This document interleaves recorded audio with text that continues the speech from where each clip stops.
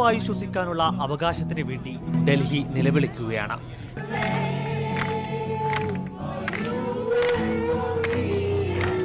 വിദ്യാർത്ഥികൾ, യുവാക്കൾ, പൗരപ്രമുഖർ, സെലിബ്രിറ്റികൾ, സാധാരണക്കാർ. വിഷവായുവിന്റെ ഇരകൾക്ക് വർഗവ്യത്യാസങ്ങളില്ല.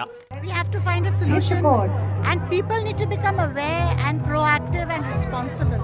No use only blaming government didn't do enough. What did we do? Did we burst patakas?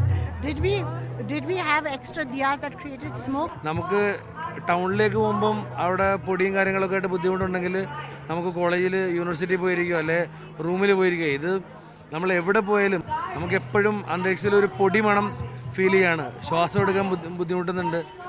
Air quality index ഇന്ന് പുറത്തുവിട്ട കണക്കുകൾ മാത്രം പരിശോധിച്ചാൽ സ്ഥിതിഗതികൾ എത്രമാത്രം ഗുരുതരമാണെന്ന് വ്യക്തമാകും.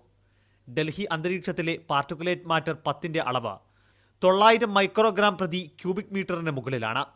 അതായത് അനുവദിക്കപ്പെട്ട അളവിനേക്കാൾ 15 ഇരട്ടിയോളം കൂടുതൽ.